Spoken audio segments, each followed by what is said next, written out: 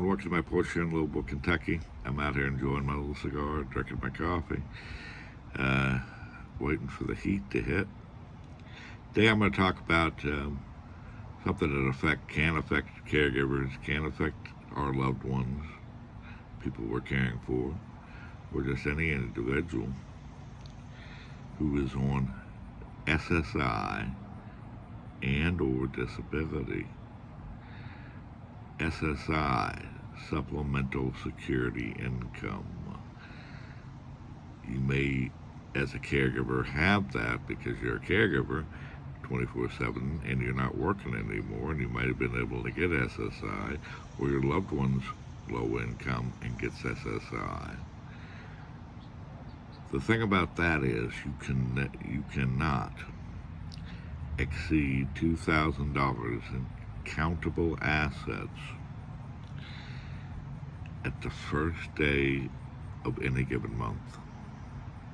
Meaning, day one of the month, Social Security tracks how much is in all your accounts, your bank accounts, your savings accounts, maybe your Direct Express card, which is a government issued card that you can have your Social Security SSI deposited to in Social Security and Disability rather than your bank account, or if you have both. Some people have both because it makes it more manageable. But in all of those, you cannot exceed $2,000, not by one penny.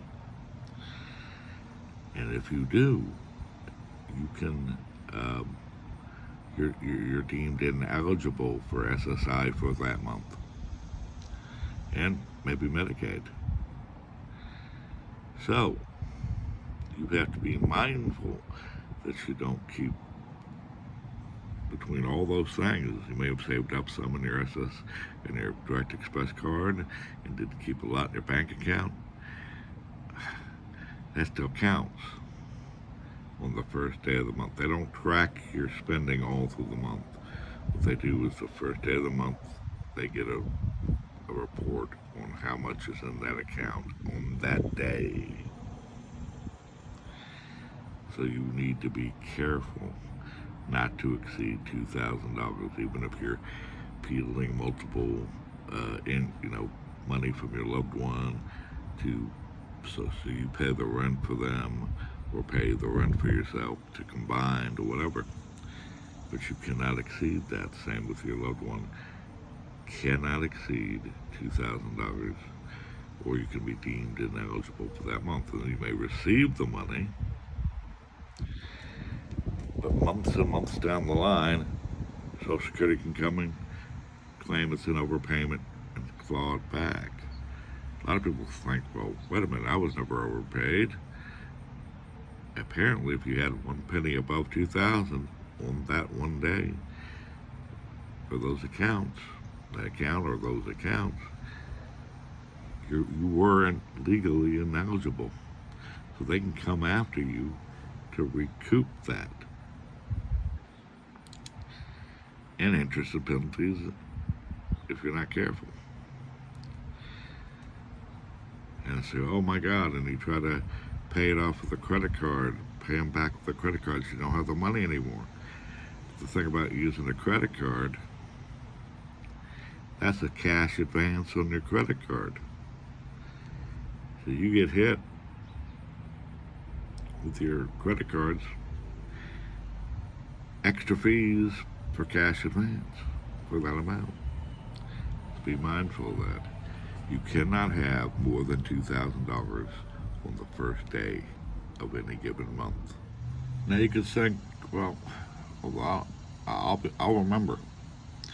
Well, you can remember, but if you're juggling a bunch of different things with a bank account, especially if you're a renter, or you've got a big car payment coming up, or a repair bill coming up, and you think, well, I'll just sneak that in there.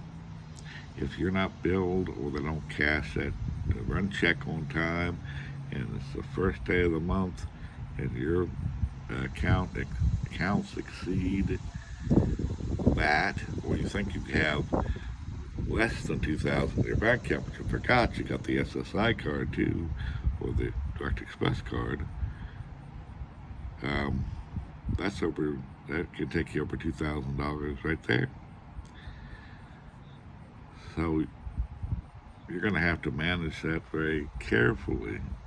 In fact, I would say put it on your calendar. Make sure you don't have anything in your account on that date. Or put in a Google Calendar, whatever, reminders pop up, whatever. Because it's easy to do that. For example, the first of the month is when you pay your rent. If you've got a high rent and you got utilities and all this, and everything's hitting you about the same amount of time first week, you might try to get ahead, or you might put some money in, write the check to the landlords early. They don't cash it immediately, or deposit it, and then all of a sudden, on that first day of the month, boom, you're over the limit by 1 penny. And they'll come back and claw it back. So be very mindful of that. On top of doing everything else we do as caregivers, we have to be accountants and bookkeepers and everything else. And legal scholars, apparently. I just want to make that warning to people, because you'd be surprised how many people who are family caregivers are on SSI. And a ton of our loved ones are on SSI and disability, and that can, it doesn't matter if they have dementia or Alzheimer's, if their account is 1 penny over, they lose their benefits for the SSI for that month. So be mindful of that. Anyway, it's Sunday, and I hope you have a good day, and I'm going to try to have a good day. And I'll talk to you again at another time.